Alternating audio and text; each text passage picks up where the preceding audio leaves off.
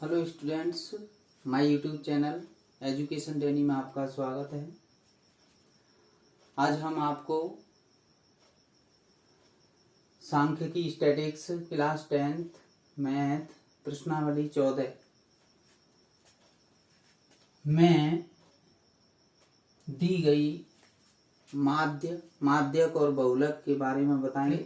Data बोलते हैं इनको। तो आंकड़े क्या होते हैं? विभिन्न क्षेत्रों से एकत्रित की गई, विभिन्न क्षेत्रों से, अलग अलग क्षेत्रों से एकत्रित की गई सूचनाओं को आंकड़े कहते हैं। दो प्रकार के होते हैं, वर्गीकृत आंकड़े, यानी आंकड़ों को हम वर्गीकृत रूप में रख सकते हैं ग्रुपिंग करके, जैसे 0 से 5, 5 से 10, 10 से 15 ऐसे ग्रुप बना करके उन आंकड़ों को रख सकते हैं। और एक होते हैं अवर्गीकृत, दूसरे होते हैं अवर्गीकृत आंकड़े बिना समूह वाले, जिनको हम समूह में नहीं रख सकते हैं।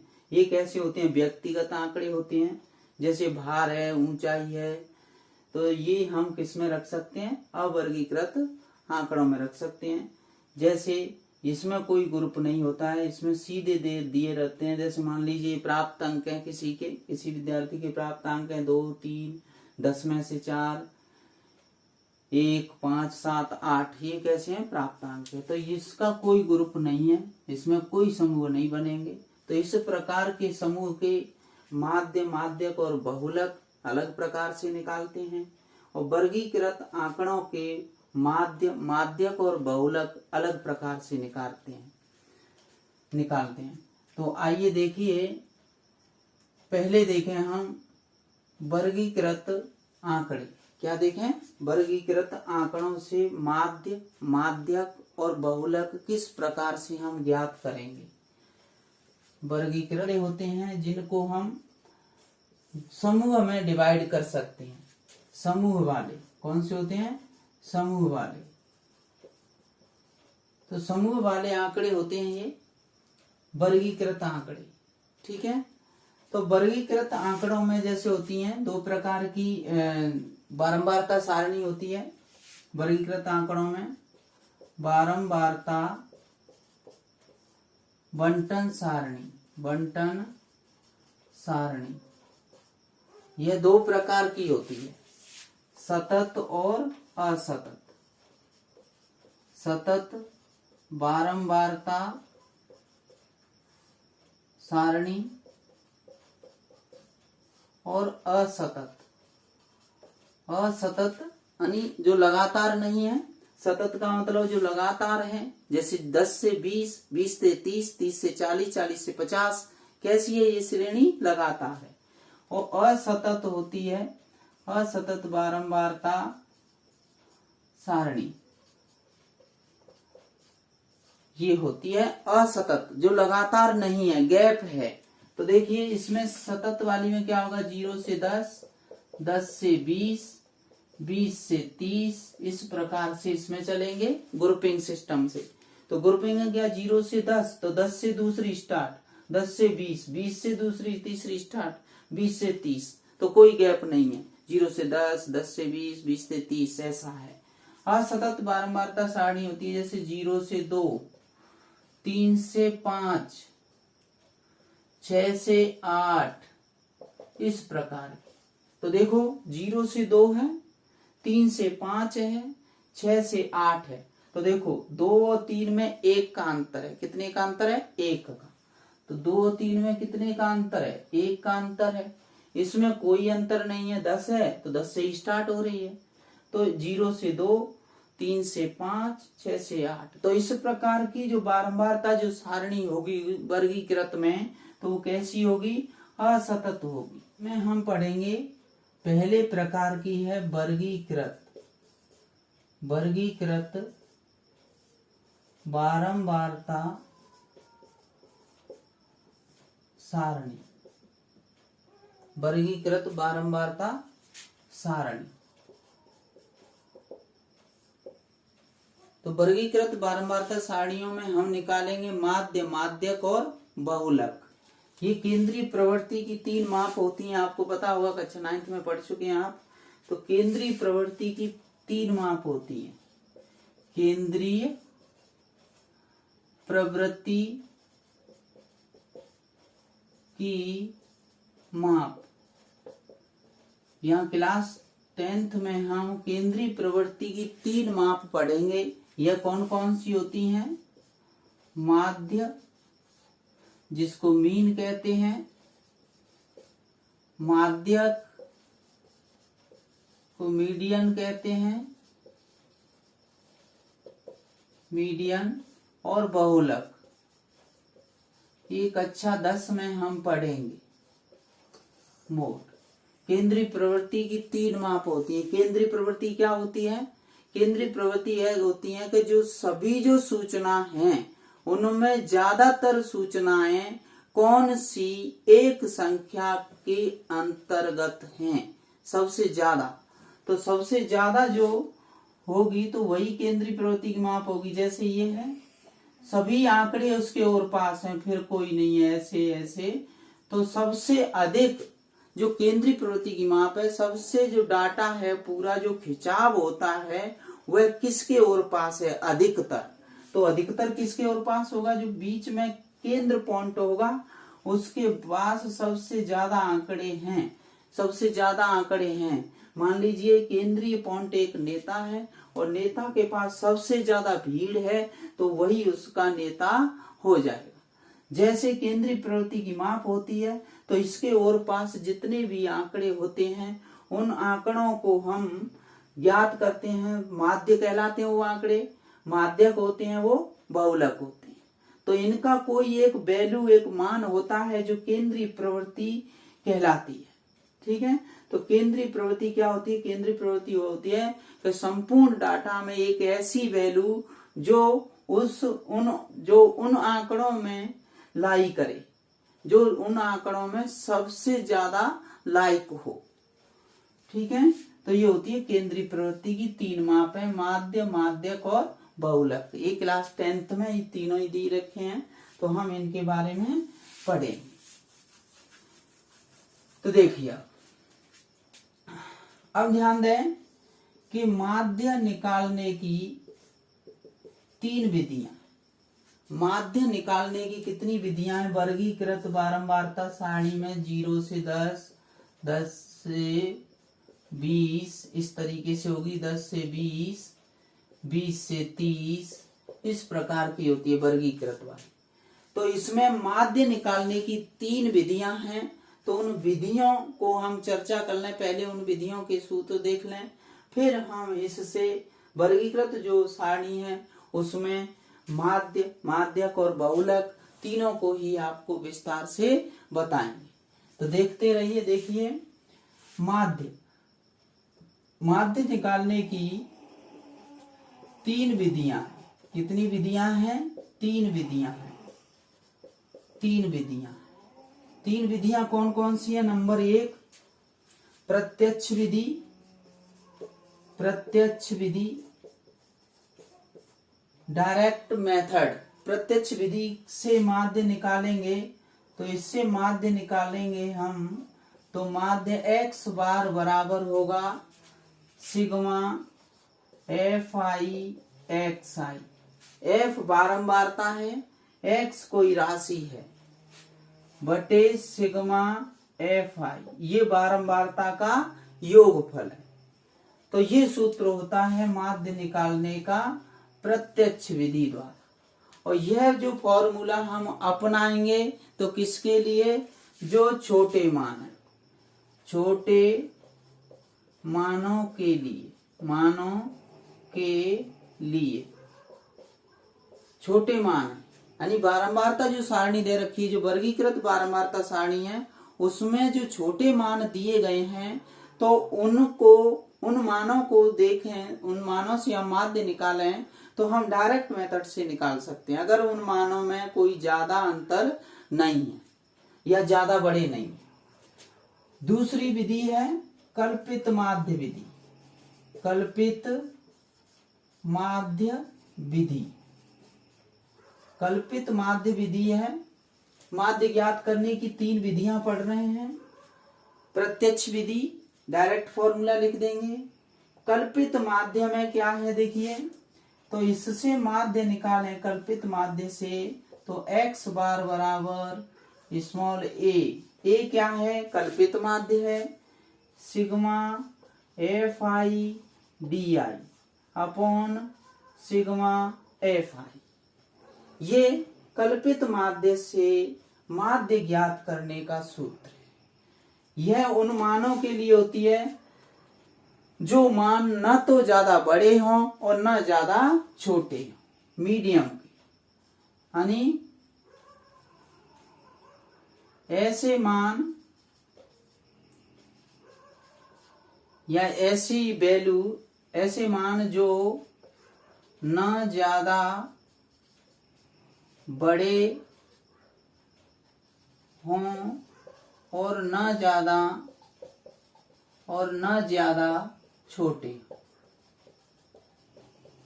के लिए लागू होगी। जो कल्पित माध्य जो विधि है, तो वो सारणी में जो मान है, जैसे मान लीजिए बारंबारता दे रखी है 2, जैसे इसके लिए देखें तो बारंबारता 2, 4, 6, 8, 10 ऐसे दे रखे हैं, और मान दे रखे हैं 0 से 2, 2 से 4, 4 से 6। तो ऐसी वैल्यू के लिए सिंपल है, सिंपल डायरेक्ट कर देंगे इसे। जो मान ज्यादा बड़े नहीं हो, मीडियम हो, तो उनके लिए कल्पित माध्य विधि का प्रयोग करेंगे। यहाँ पर ए क्या है, यहाँ ए बराबर है कल्पित माध्य, जो कल्पना करके बीच में से हम मान लेंगे। और जो डी आई है वो एक्स आई माइनस ए है, यानी एक्स आई की वैल्यू में से हम ए घटा दें कल्पित माध्य को, तो हमें डी आई प्राप्त होगा। तीसरी विधि है इसकी पग विचलन विधि। इस विधि में देखिए क्या करते हैं, पग विचलन विधि जब सारणी में क्लास इंटरवल में ज्यादा अंतर हो या ज्यादा बड़े मान हो, क्लास इंटरवल के वर्ग अंतराल के ज्यादा मान हो, एफ आई के बहुत बड़े बड़े मान हो, तो उनके लिए हम पग विचलन विधि का प्रयोग करते हैं। तो पग विचलन विधि से माध्य निकालने का जो सूत्र है, माध्य एक्स बार बराबर ए कल्पित माध्य है, सिग्मा एफ आई और यू आई बटे सिग्मा एफ गुणा एच वर्ग अंतर। तो यहां देखें, यहां यू आई बराबर होगा एक्स आई माइनस ए बटे एच, या इसी को कह दें डी आई बटे एच, एच वर्ग अंतराल है, वर्ग का अंतर कितना है, 0 से 10 है तो 10 का अंतर है, 10 से 20 10 का अंतर है। सिग्मा एफ आई है बारंबारता का योगफल। तो इन तीनों विधियों से हम माध्य ज्ञात कर सकते हैं। यह जो पग विचलन विधि है, यह विधि सर्वाधिक बड़े मानों के लिए यूजफुल है, सबसे ज्यादा। अगर हम इन तीनों विधियों से माध्य निकालें तो हमारा आंसर एक ही आएगा। कैसा आएगा, एक ही आएगा, ऐसा नहीं अलग अलग आए। इस विधि से निकालें तो भी आंसर एक ही आएगा, इस विधि से निकालें तो भी आंसर एक से ही आएगा, इस विधि से निकालें तो भी आंसर एक ही आएगा। बस अंतर ये है तीनों में कि इसके अनुसार हम देखें, छोटे मान होंगे तो इससे करें तो हम जल्दी कर देंगे, अगर ज्यादा बड़े नहीं है तो इसको हम कल्पित माध्य विधि से हल कर सकते हैं, छोटे मानों को, ज्यादा बड़े नहीं है। और जो सर्वाधिक बड़े हैं तो उनको हम इस प्रकार से हल कर सकते हैं, यानी कम टाइम में हल कर सकते हैं। तो ये माध्य निकालने की तीनों विधियां हैं। तो चलिए हम एक एक करके इन विधियों के द्वारा सवाल को करते हैं। ये क्वेश्चन नंबर पहला, इसमें दिया है वर्ग अंतराल दिया है, किसी आंकड़े का ये वर्ग अंतराल है, ये उसकी बारंबारता है, आंकड़े में वर्ग अंतराल है, बारंबारता दोनों दे रखी है। इसमें आंकड़े से कोई भी समस्या हो सकती है, कोई भी सवाल का ऐसा प्रश्न बन सकता है। तो इस प्रकार का एक प्रश्न होगा। यहाँ कोई भी किलोग्राम में भार वगैरह कुछ भी दे रखी है, वस्तु दे रखा है, वेतन दे रखा है, आय दे रखी है, तो उनके कर्मचारियों की संख्या दे रखी है ये, तो हम उनको इस प्रकार से बना लेंगे। ठीक है, तो ऐसा प्रश्न आएगा। तो इस प्रकार के क्वेश्चन में हमें माध्य निकालना है। क्या निकालना है? माध्य ज्ञात करना। तो देखिए माध्य कैसे ज्ञात करें और किस विधि से हमें माध्य ज्ञात करना उचित रहेगा। तो देखिए यहाँ पर माध्य ज्ञात करेंगे, तो माध्य ज्ञात करने के लिए ध्यान दें, माध्य ज्ञात करने के लिए हमें माध्य ज्ञात करना हो इस तरीके से, तो हमें मध्यमान की जरूरत होगी। किसकी? मध्यमान। मध्यमान मतलब xi, मध्यमान की जरूरत होगी। किसकी जरूरत होगी? मध्यमान की। अब देखिए मध्यमान हमें पता लग जाएगा xi, तो हम इसमें से माध्य निकाल सकते हैं। इसका xi हमें पता नहीं है और माध्य नहीं निकाल सकते बिना xi के, तो xi का मान बहुत जरूरी है। माध्य निकालेंगे तो xi पे निर्भर करता है। तो देखिए xi मध्यमान, मध्यमान xi, मध्यमान हम निकालेंगे xi।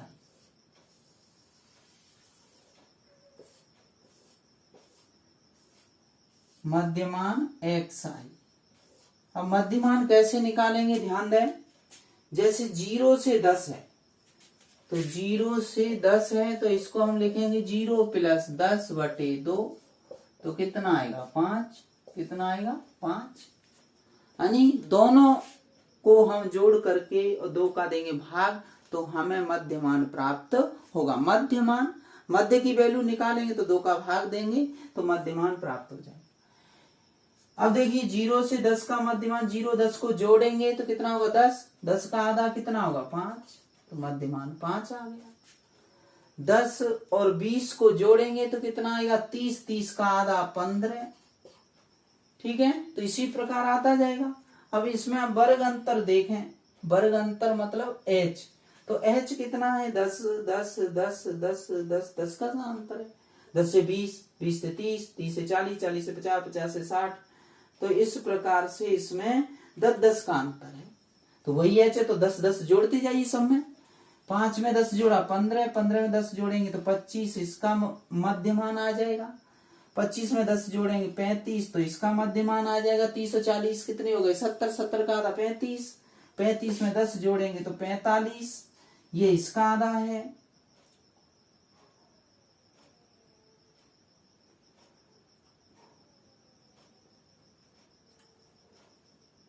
पैंतालीस में 10 जोड़ेंगे तो 55।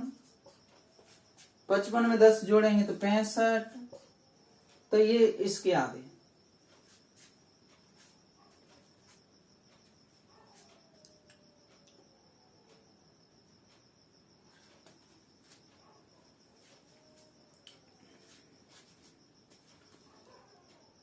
तो इनके आधे होंगे। मध्यमान मैंने बता दिया कैसे निकालते हैं।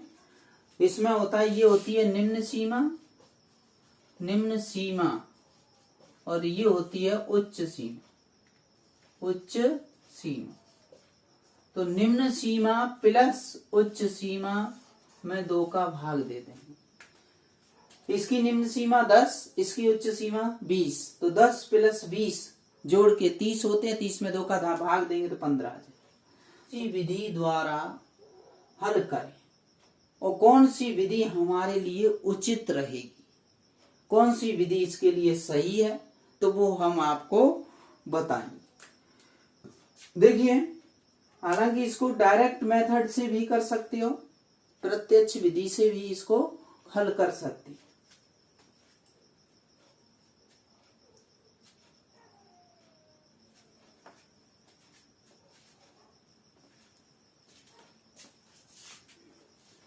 तो देखिए, इसमें पहले हम इसको हल करते हैं प्रत्यक्ष विधि से। किससे? प्रत्यक्ष विधि से। पहली विधि से हल करते हैं हम इसको प्रत्यक्ष विधि। प्रत्यक्ष विधि से माध्य निकालना। कौन सी विधि है? प्रत्यक्ष विधि से माध्य निकालेंगे तो माध्य का जो सूत्र है FI/XI,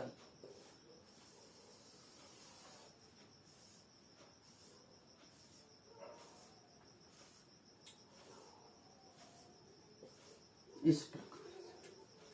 ठीक है, तो प्रत्यक्ष विधि से हमें क्या निकालना है? माध्य। तो प्रत्यक्ष विधि से माध्य का सूत्र है सिग्मा FI/XI बटे सिग्मा F। देखिए आई क्यों लगाते हैं इसमें FI/XI? आई इसलिए लगाते हैं कि आई की वैल्यू 1, मतलब वर्ग जो बारंबारता फर्स्ट ये है, second, third, fourth, fifth, six, seventh.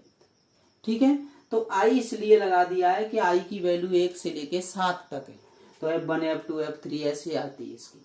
आई नहीं लगाएंगे तो भी सही है, लगा दो तो भी सही है। FX बटे सिग्मा F भी लिख सकते हैं। तो ये फॉर्मूला हमें लगाना है, प्रत्यक्ष विधि से करेंगे तो ये फॉर्मूला कब लगेगा? जब हमें FI/XI का वैल्यू प्राप्त होगा।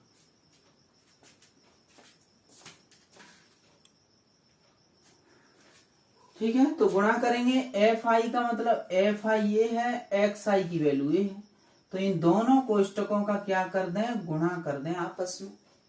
तो देखिए क्या मिलेगा, ध्यान दें।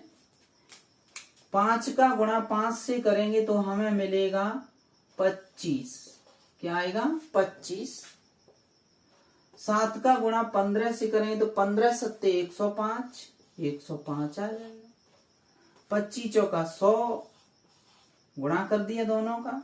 इसका गुणा करेंगे तो 350, इसका गुणा करोगे तो 40 की 0, 32 36, 360, 45 की 0 हासिल 4, 8 32 और 4 36, 9 पंजे 45 की 5 हासिल 5 हासिल 4, 9 पंजे 45 और 4 49, 7 35 की 5 हासिल 3, 5 42 और 3 45। ये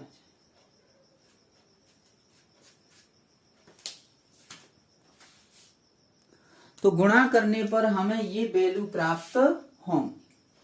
देखो FI/XI, तो इसका गुणा कर दिया। अब इनको जोड़ लेते हैं, सिग्मा FI/XI जोड़ कर दें इसका, और इधर हम जोड़ लेंगे सिग्मा FI को।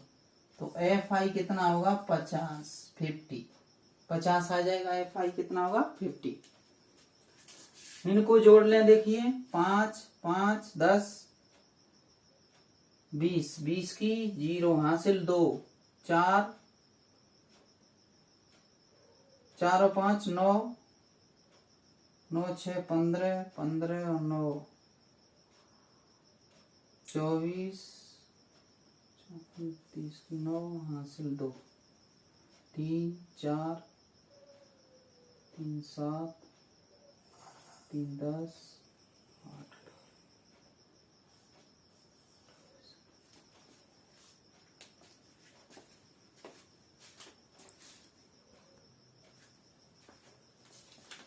तो देखिए सिग्मा FI/XI की जो वैल्यू है जोड़ करके 1890 आ गई। अब हमें माध्य ज्ञात करना है, तो माध्य ज्ञात करेंगे तो माध्य बराबर सिग्मा FI/XI। सिग्मा FI/XI की वैल्यू कितनी है? 1890 बटे सिग्मा FI की वैल्यू कितनी है? 50। 0 से 0 क्रॉस, इसका इसमें भाग देंगे तो 5 15, 5 7 35 और 5 40, 8 बार, तो 37 पॉइंट कितना आ जाएगा? 8 आंसर आ जाएगा।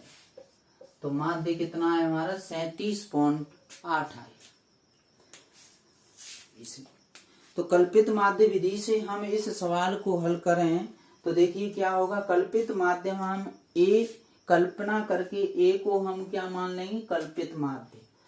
तो ए बराबर हम लिखें यहाँ पर कल्पित माध्य ए स्मॉल ए, तो ए बराबर कितना मान लें, देखो बीच में से आंकड़े मानेंगे 1 2 3 और 1 2 3 7 हैं, तो बीच में से कोई सा भी मान लें, जो मध्य मान है वो कितना है, ए मान लिया, ये ए माना, यही क्या है, कल्पित माध्य है, बीच में से मान लो कोई सा 35 या 45, तो 35 मान लिया हमने, तो कल्पित माध्य मान लेंगे हम 35, कितना, ए बराबर 35 माना कल्पित माध्य,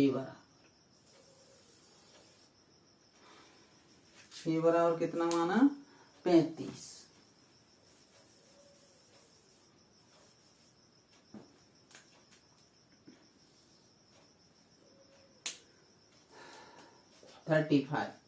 अब 35 लिया है, तो हमें यहाँ पर निकालना है, डी आई आता है, तो डी आई की वैल्यू, डी आई होता है एक्स आई माइनस ए, एक्स आई माइनस ए होता है डी आई, तो एक्स आई माइनस ए मान लेंगे इसको,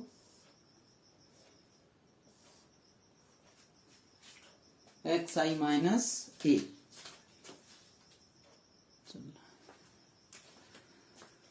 तो देखिए माध्य निकालेंगे, माध्य कल्पित माध्य विधि से, तो ए बराबर हमने क्या मान लिया, 35, ए बराबर 35 मान लिया। तो देखिए एक्स आई माइनस ए घटाओगे, एक्स आई माइनस ए की वैल्यू कितनी है 35, तो एक्स आई की वैल्यू कितनी है 5, 5 माइनस 35, 5 माइनस 35 कर दें तो माइनस के बचेंगे 30। अब यहाँ पर माइनस के बचेंगे 15, घटा देंगे इसमें से तो 20, यहाँ माइनस के 10, इस तरीके से बचेंगे। यहाँ बचेगा 0, घटा देंगे इसमें 35 में 35 गए तो कितने 0, 45 में 35 गए तो 10, ऐसे ही 20, ऐसे ही 30, ये बचे। तो इस प्रकार से हम लिख देंगे। अब यहाँ पर लिखेंगे एफ आई और डी आई, एफ आई और डी आई का गुणा कर लेंगे, फिर उनको जोड़ेंगे, एफ आई और डी आई का। अब एफ कितना देखो, बारंबारता कितनी है 5, कितनी है 5, तो 5 का गुणा किससे करेंगे, इस वाले से डी आई से, डी आई और एफ आई, तो 5 गुणा इससे करेंगे तो माइनस के 150, 5 15, 7 दूनी 14, तो माइनस के 140, 4 का गुणा इससे तो माइनस के 40, 0 का गुणा 10 से 0, 80, 18, 180, 21, 210। ठीक है। अब हम क्या करेंगे, माइनस माइनस वालों को तो अलग जोड़ देंगे और प्लस वालों को अलग जोड़ लेंगे। तो माइनस माइनस के कितने होंगे, 150, 150 और 140, 290, 290 और 40, 290 और 40 हो जाएंगे 330, 0, 8 13 की 3 आंसर लाई 330, किसके, माइनस के, माइनस के हो गए 330, प्लस के देखो 0, 16 1 17 की 7, हासिल 1, 3 और 1 4, 470, ये किसके हैं, प्लस के। अब टोटल हम करें इनका, तो टोटल को कैसे लिखेंगे, देखिए टोटल को हमें लिखना है इसमें सिग्मा एफ आई और डी आई करके। अब देखिए 470 माइनस कर दें 330, 330 इसमें से घटा दें, 470 में से 330 घटा दें हम, तो 0 कितना बचा 4 और 1, 140 बचा किसका, प्लस, प्लस के 140 बचे। तो ये किसकी वैल्यू है, sigma F I D I की वैल्यू 140 बची। ठीक है, तो sigma F I D I इतना। अब कल्पित माध्य से माध्य निकालेंगे, तो माध्य का फॉर्मूला है, माध्य एक्स बार बराबर होगा ए प्लस सिग्मा एफ आई और डी आई बटे सिग्मा एफ आई, ए कितना है, ए कितना माना था कल्पित माध्य, कल्पित माध्य माना था हमने 35, तो 35 लिख दिया ए का मान। Sigma F I D I 140 बटे 50 ये आएगा। इससे 0 से 0 कट जाएगी, यहाँ 35 प्लस 5 दूनी 10 2.8 आ जाएगा 45, तो आंसर आएगा हमारा 37.8। तो जो प्रत्यक्ष विधि से जो आंसर आया है और जो कल्पित माध्य विधि से आंसर आया है, दोनों का आंसर एक समान। अब उसमें और इसमें क्या अंतर है, उसमें और इसमें ये अंतर है कि यहाँ पर जो मान है आगे जाते जाएंगे तो ये वैल्यूओं का गुणा करना बहुत आसान हो जाएगा। देखो हमने गुणा किया एफ आई का किससे, डी आई से, तो सिंपली गुणा कर लिया अच्छी तरह से। जब हम एफ आई का गुणा एक्स आई से डायरेक्ट मेथड में करते तो गुणा थोड़े ठीक कठिन से थे जो नहीं करने थे, और इस तरीके से इजी हो जाए। अब देखिए इससे और भी इजी करते हैं हम, तो अब हम तीसरी विधि पढ़ेंगे पग विचलन विधि से माध्य। 35 हमने कल्पित माध्य मान लिया, ये तो सही है। अब हमें लाना है यू आई, तो यू आई बराबर होगा एक्स आई माइनस ए कल्पित माध्य बटे एच, जहां एच बराबर वर्ग जो अंतर है वो 10 का, कितने का है 10 का। देखो 0 से 10, 10 से 20, तो एच वर्ग अंतर कितने का है 10 का, तो 10 का देंगे भाग। अब यहाँ पर देखिए हमें ये सही से लिखना है इसका, तो एक्स आई माइनस ए, एक्स आई माइनस ए यानी एक्स आई में से -35 घटाएंगे तो कितने बचेंगे 30, और 30 में एच 10 का देंगे भाग, तो कितना आएगा 3, तो माइनस का 3 आएगा, -3 माइनस इसी प्रकार से 2 -1 ऐसे आ जाएगा, -3 -2 -1। यहाँ आएगा 0, 35 जाएगा 0, 0 में 10 का भाग, इसमें देंगे इसको 45 में से 35 घटाएंगे तो कितना बचेगा 10, और 10 में देंगे 10 का भाग, एच का भाग लग रहा है यहाँ पर एच, तो 10 में 10 का भाग देंगे तो 1। ऐसे ही यहाँ बचेगा 20, 55 में 35 जाएंगे 20, 20 में 10 का भाग 2, 65 जाएंगे तो 30, 30 में 10 का भाग 3। अब देखो और आसान हो गया है पग विचलन विधि से, ये कम वैल्यू आई, कम आई तो अब गुणा करना इजी। अब देखिए गुणा करके लिखेंगे एफ आई यू आई का, एफ आई है 5 का गुणा 3 से तो -15 -14 -4 0 8 9 दूनी 18 7 21 ये आ जाए। माइनस माइनस अलग ऐड कर लो, प्लस प्लस अलग ऐड कर लो, तो देखो माइनस की कितनी है ये 5 4 4 13, 13 की 3 हासिल 1 3 3 33 हो गए किसके माइनस। अब देखिए प्लस के कितने होंगे 8 8 16 1 17 की 7 हासिल 1 तो 4, तो ये प्लस के कितने हो गए 47, 8 8 16 17 की 7 हासिल 1 2 और 2 4 47।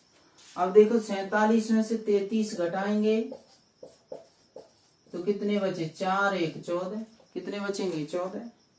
तो इसमें हम लिखेंगे जो वैल्यू आएगी किसकी, सिग्मा एफ आई और यू आई का जो मान आएगा वो आएगा कितना प्लस का 14, प्लस के 14 लिख देंगे, ठीक है। अब पग विचलन विधि का देखिए सूत्र क्या है, पग विचलन विधि से माध्य निकालेंगे तो उसका सूत्र देखिए,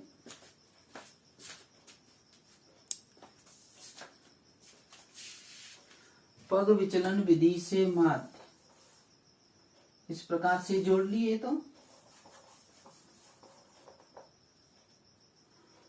पग पग विचलन विधि से माध्य x हुआ। तो इसका जो फॉर्मूला है वो क्या है, ए कल्पित माध्य सिग्मा एफ आई यू आई बटे सिग्मा एफ आई गुणा एच। ये फॉर्मूला हम लिख दें, ये पग विचलन विधि का सूत्र। अब देखिए इसमें हम रखते हैं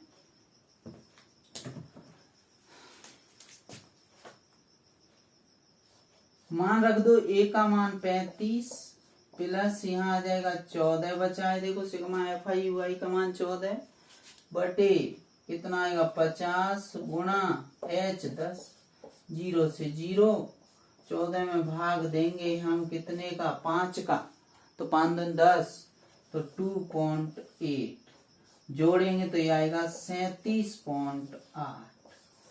तो देखिए ये इसका आंसर, ठीक है। तो देखिए तीनों विधियों से हमें उत्तर एक ही प्राप्त होगा, 37.8। तीनों विधियों से हल करके देखें तो तीनों विधियों से जो इसका माध्य आएगा वो 37.8, ठीक है। प्रत्यक्ष विधि से करें, कल्पित माध्य से करें या पग विचलन से करें, इन तीनों विधियों में जो विधि आपको सबसे अच्छी लगती है उस विधि से माध्य ज्ञात कीजिए, और माध्य ज्ञात करोगे तो उत्तर आपका एक ही आएगा, ठीक है। तो पग विचलन विधि से हमने किया तो देखो मान बहुत छोटे कर लिए, छोटे करके गुणा और जोड़ करके आंसर आ गया। कल्पित माध्य से किए तो थोड़ा और बड़े मान थे, प्रत्यक्ष विधि से किए तो वो भी और बहुत बड़े मान आ गए थे, गुणा करने पर, फिर उनको जोड़ा फिर भाग दिया तो उत्तर आ गया। तो आपको उचित लगे जिस विधि से आप इसका माध्य निकाल सकते हो। बोर्ड परीक्षा में कोई भी सवाल इस तरीके का आता है तो हम उसको किसी भी विधि से हल कर सकते हैं। मान को देख लेना, मान बड़े हैं ज्यादा तो पग विचलन, थोड़े बड़े नहीं हैं और ना छोटे हैं मीडियम हैं तो कल्पित माध्य, और बहुत छोटे मान हैं सारणी में बहुत छोटे एफ आई एक्स आई की वैल्यू बहुत छोटी आ रही गुणा करने पर, तो हम प्रत्यक्ष विधि से हल कर सकते हैं।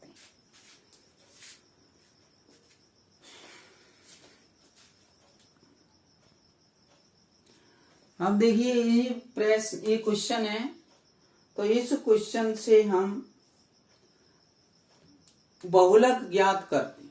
क्या ज्ञात करें, उसने कहा है कि ये आपको एक सारणी दे रखी है बारंबारता बंटन की, और हमें एक बहुलक ज्ञात करना है। क्या ज्ञात करना है इसका, बहुलक।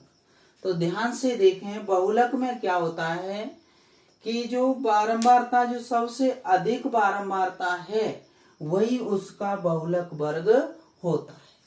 तो सबसे अधिक जो बारंबारता है वो कौन सी है, 10 है, और 10 के अकॉर्डिंग देखें तो बहुलक वर्ग ए होगा। ये क्या है इसका बहुलक वर्ग होगा। तो सर्वाधिक बारंबारता वाला वर्ग अंतराल ही बहुलक वर्ग कहलाता है।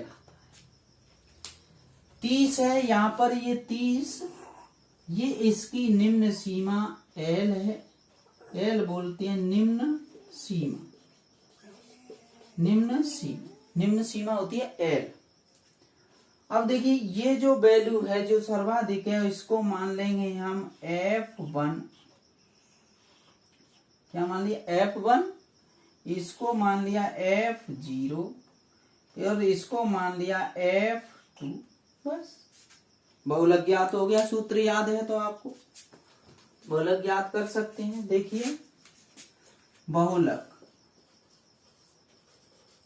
तो बहुलक निकालने का सीधा जो सूत्र है वो लिख देंगे, L प्लस, क्या लिखोगे L प्लस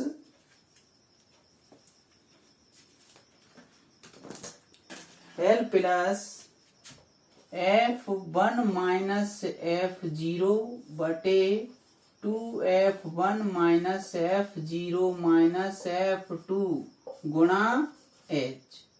H वर्ग अंतर है, वही रहेगा वर्ग अंतर 10।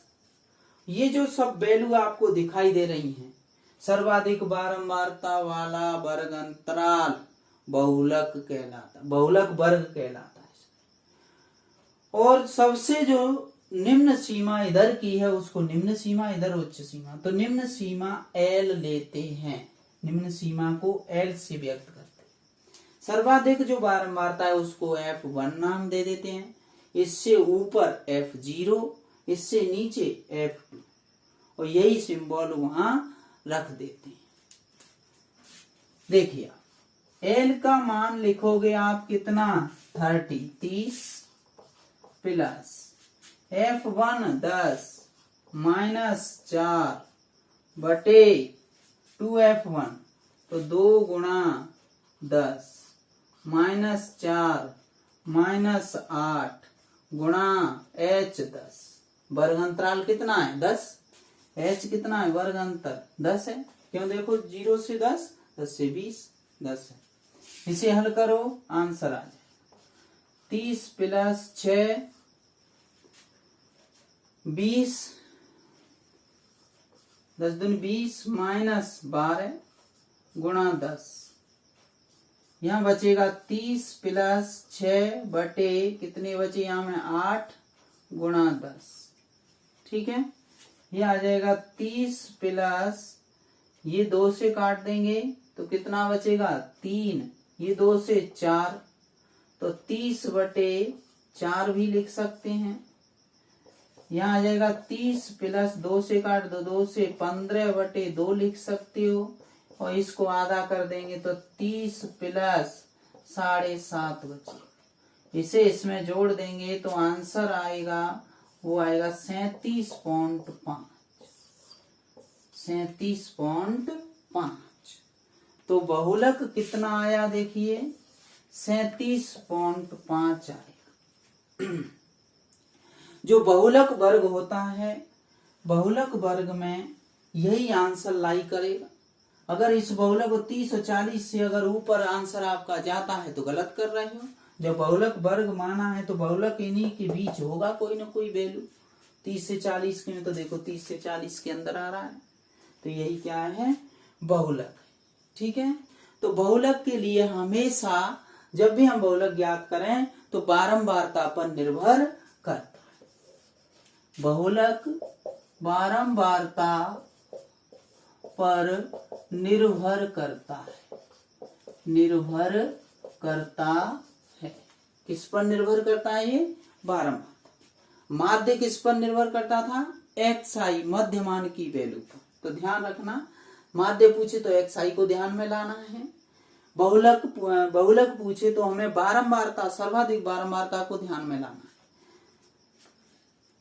अब देखिए सिग्मा fi तो है ही है, योग कर लेंगे तो ये तो योग दिया होगा, या आप कर लेना।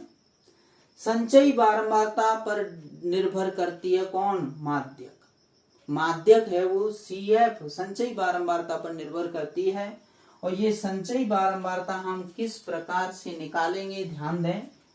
संचयी जो बारंबारता निकालेंगे वो 5, तो ये 5 को यहाँ रख लेंगे, 5 को इसमें ऐड कर देंगे, 7 में प्लस कर देंगे तो कितना आएगा 12, 12 को ऐड कर देंगे, 4 में प्लस कर देंगे तो 16 को प्लस कर देंगे 10 में तो 26 को ऐड कर दोगे 8 में तो कितना आएगा 34 को ऐड कर देंगे तो ये आएगा 43 को इसमें ऐड कर देंगे तो आएगा 50।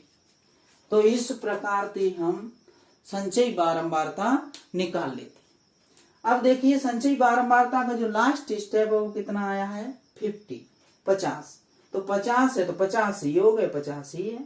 अगर ये समान नहीं आ रहा है तो आप गलत कर रहे हैं। तो 50 समान आता है।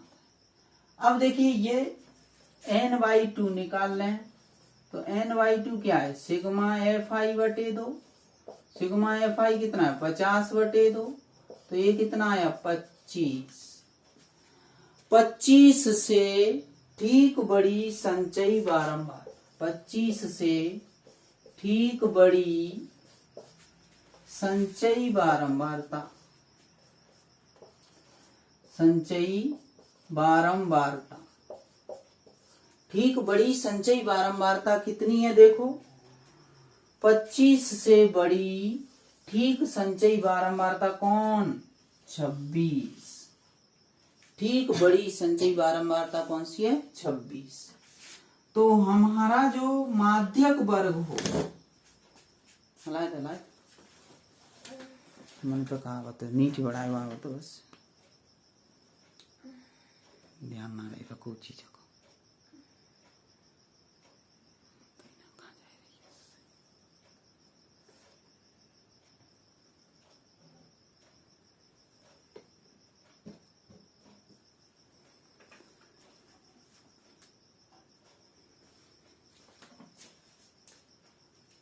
पच्चीस से ठीक बड़ी संचयी बारंबारता कितनी है, 26 है। कितनी है, 26 है। का माध्यक वर्ग, माध्यक वर्ग 30 से 40 है। 30 से 40 होगा माध्यक वर्ग। जैसे बहुलक वर्ग निकाला है ऐसे ही माध्यक वर्ग निकाल लेंगे। तो कितना आया माध्यक वर्ग, 30 से 40 आएगा माध्यक वर्ग। माध्यक वर्ग की जो निम्न सीमा है वो L कितना है, 30 है L। और H कितना है, H तो आपका आएगा कितना, 10। H 10 आ जाएगा।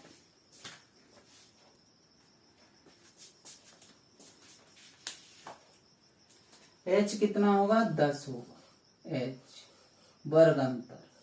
L कितना है, 30।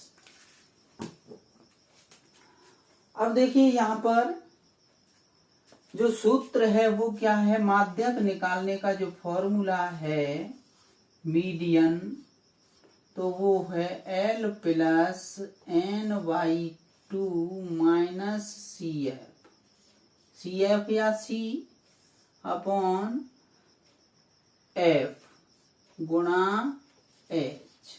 ये फॉर्मूला है माध्यक निकालने का। अब माध्यक निकालेंगे तो हमें ये सूत्र लगाना।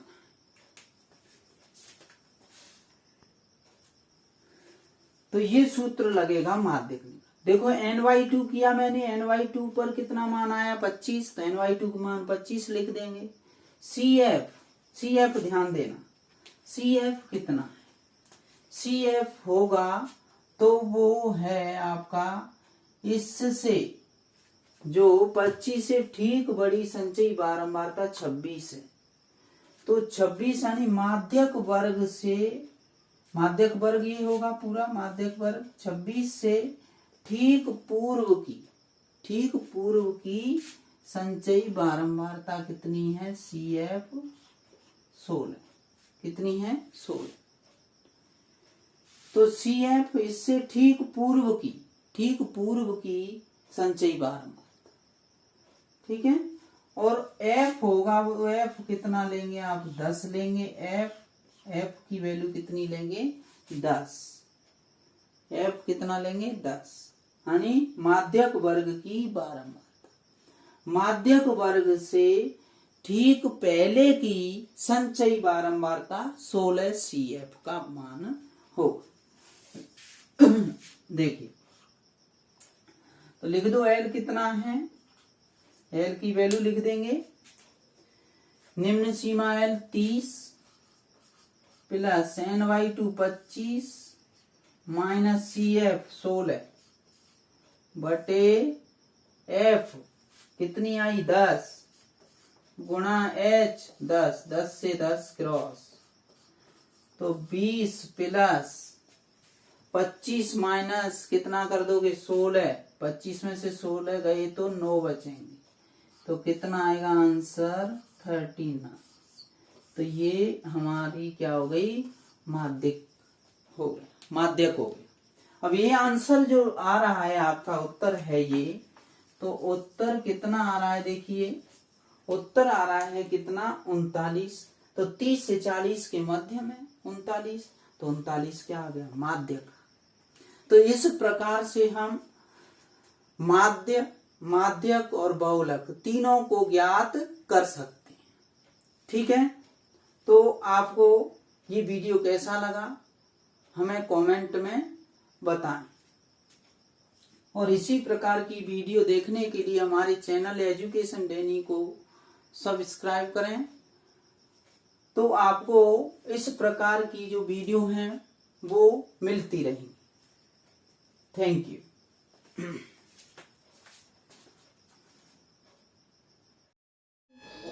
देखिए, अब हम आपको अवर्गीकृत आंकड़ों द्वारा माध्य, माध्यक और बहुलक ज्ञात कराएंगे। तो इसमें जो मीन है, तो माध्य निकालने का सीधा सूत्र राशियों का योग बटे राशियों की संख्या और बटे राशियों की संख्या का उसमें भाग दे देंगे, तो हमें माध्य प्राप्त होगा। आपको वीडियो देखने के लिए धन्यवाद।